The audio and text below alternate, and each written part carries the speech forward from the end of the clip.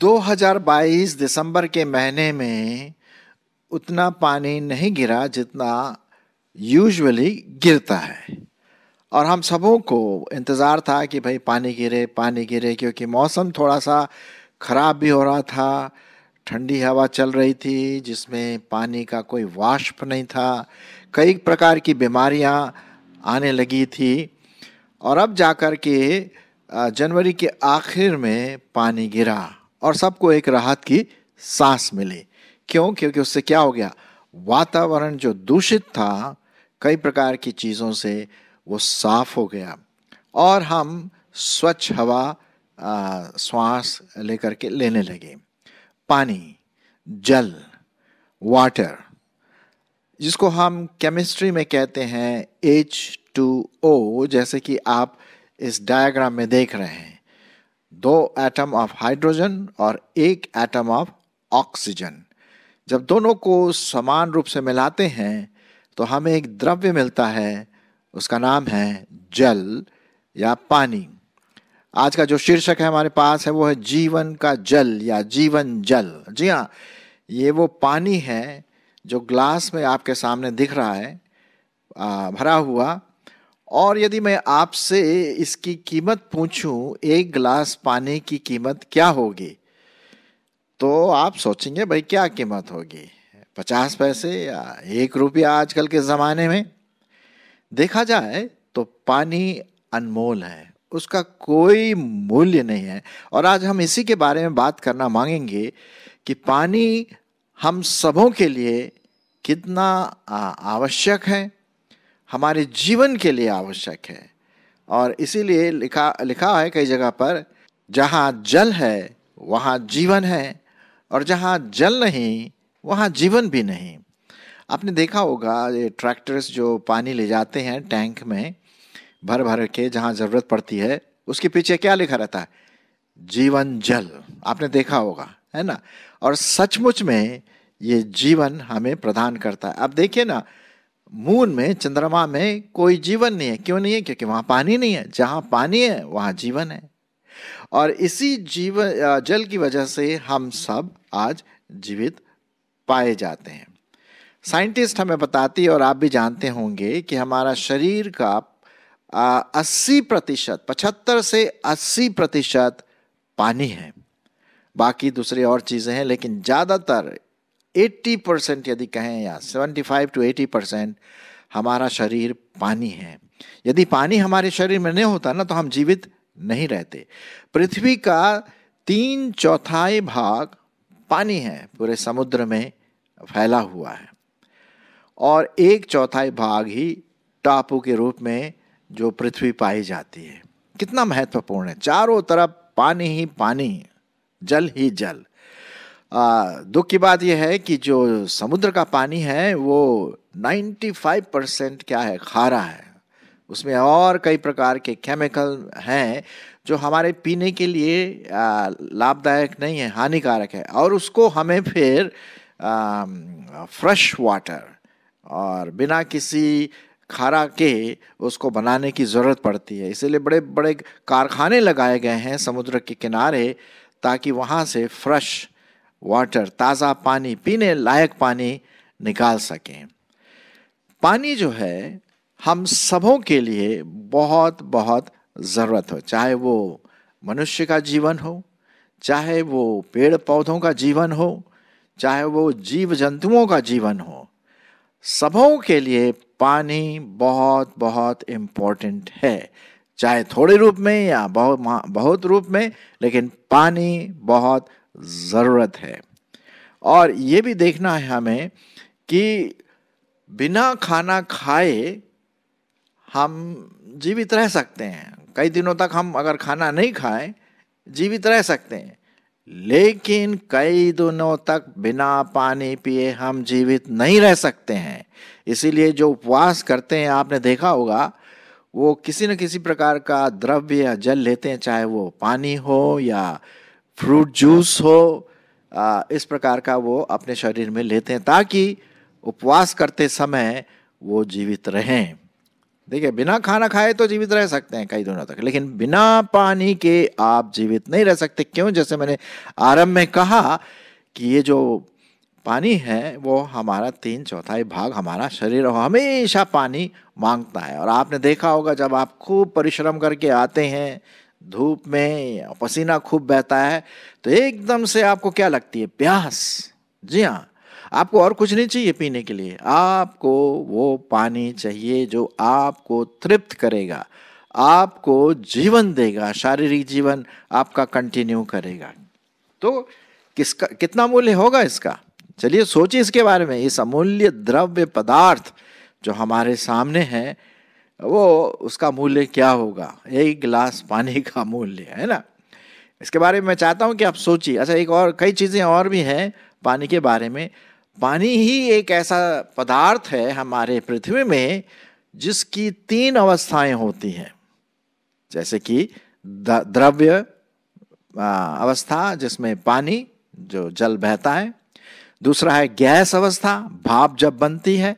और तीसरा ठोस अवस्था, जो आइस या बर्फ के रूप में आता है। तो ये सिर्फ और सिर्फ पानी ही करता है, और कोई हमारे पास ऐसा पदार्थ पृथ्वी में नहीं है जो इन 3 अवस्थाओं में पाया जाता है। नॉर्मल टेम्परेचर में तो वो द्रव्य अवस्था में पाया जाता, तभी हम पीते हैं।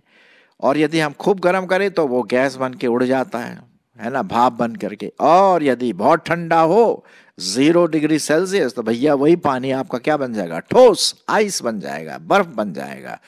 तो एक और चीज हम यहाँ पर हम देखते हैं पानी के विषय में। अच्छा, एक और चीज हम देखते हैं कि पानी जो है उसका कोई कलर नहीं है और उसका कोई टेस्ट नहीं है। आपने नोट किया? जी हाँ, जब प्यास लगती है ना, तो हमें सिंपल पानी चाहिए जिसमें ना तो कोई कलर है ना कोई रंग है ना, स्वादहीन है, पारदर्शी है।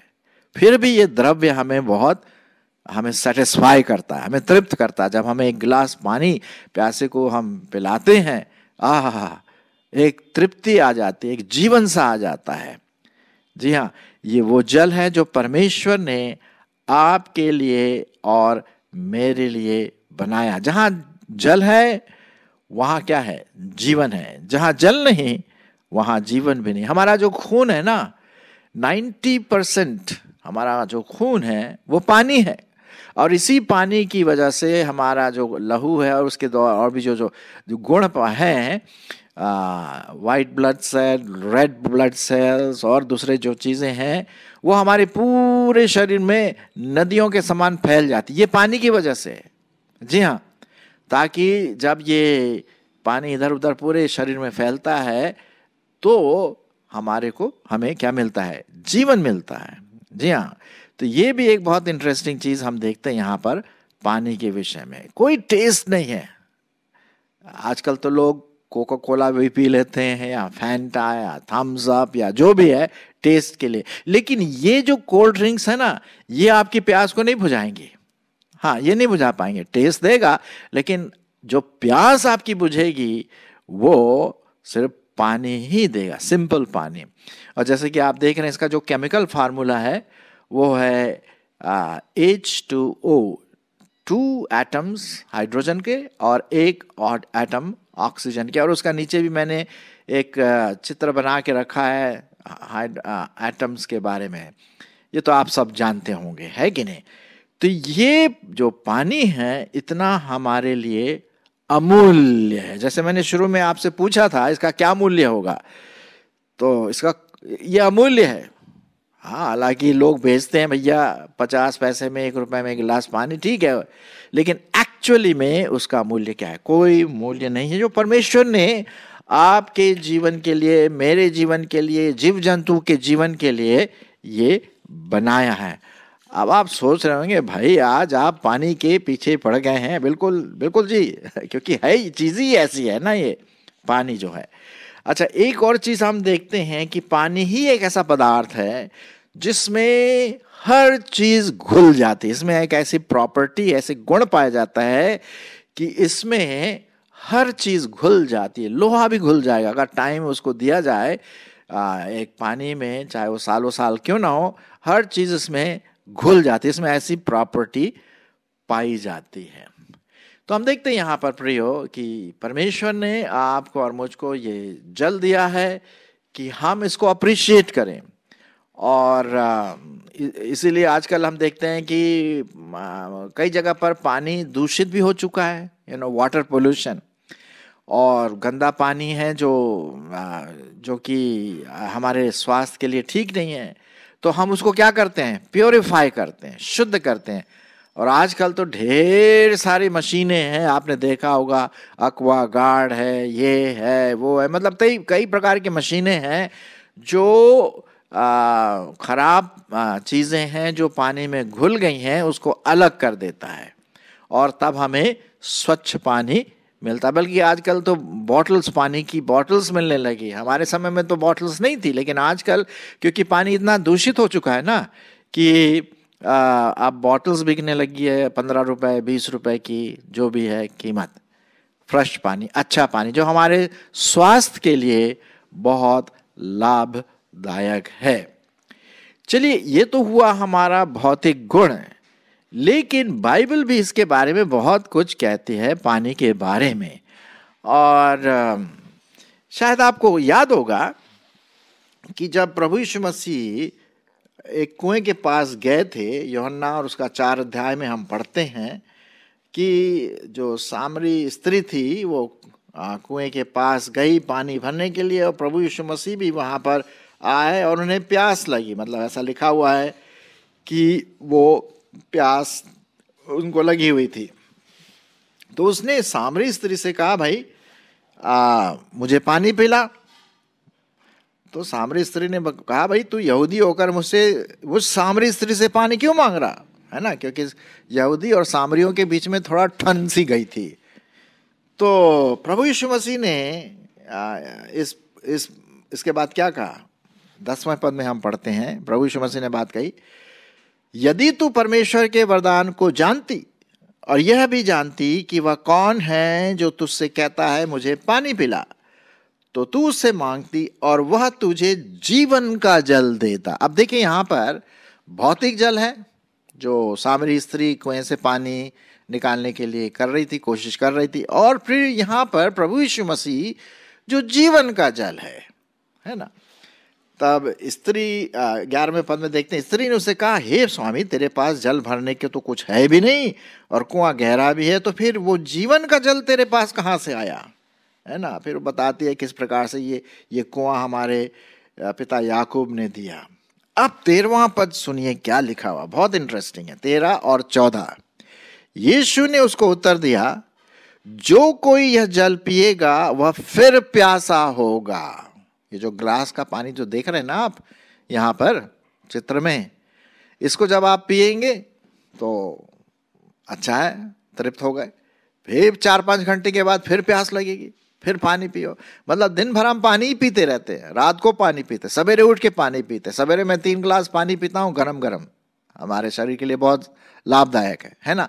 फिर दोपहर में पानी, मतलब ये जो पानी है हमारे पास जिसके बारे में बात कर रहा हूँ, H2O, हम बार बार पीते हैं। क्यों बार बार पीते हैं? क्योंकि हमें बार बार प्यास लगती है।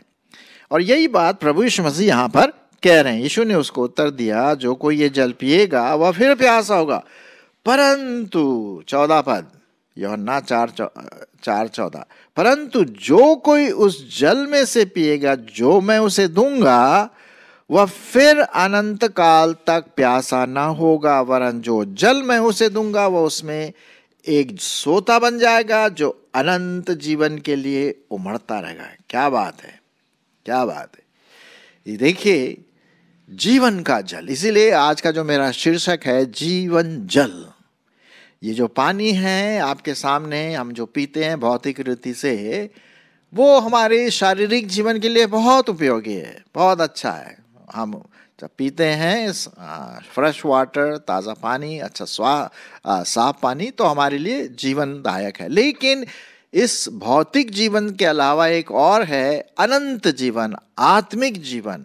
और उस आत्मिक जीवन की प्यास बुझाने के लिए प्रभु यीशु मसीह कहते हैं, जो ये पानी जो मैं दूंगा, अर्थात प्रभु यीशु मसीह अपना जीवन जल वो फिर कभी प्यासा नहीं होगा। कहने का मतलब जब आप प्रभु यीशु मसीह को ग्रहण करते हैं तो आपकी आत्मिक प्यास बुझ जाती है और आप फिर प्यासे नहीं होते, क्योंकि प्रभु यीशु मसीह आप में होता है, मेरे में होता है। मैंने भी जब मैं 16-17 साल का था, मैंने ये जीवन का जल लिया और उसको मैंने अपने जीवन में लिया, और आज मैं धन्यवाद देता हूँ प्रभु परमेश्वर का कि उसने मुझे अपने उस जल से, अनंत जल से तृप्त किया। और आपके लिए भी ये है, यदि आपने अभी तक इस जीवन जल को नहीं लिया।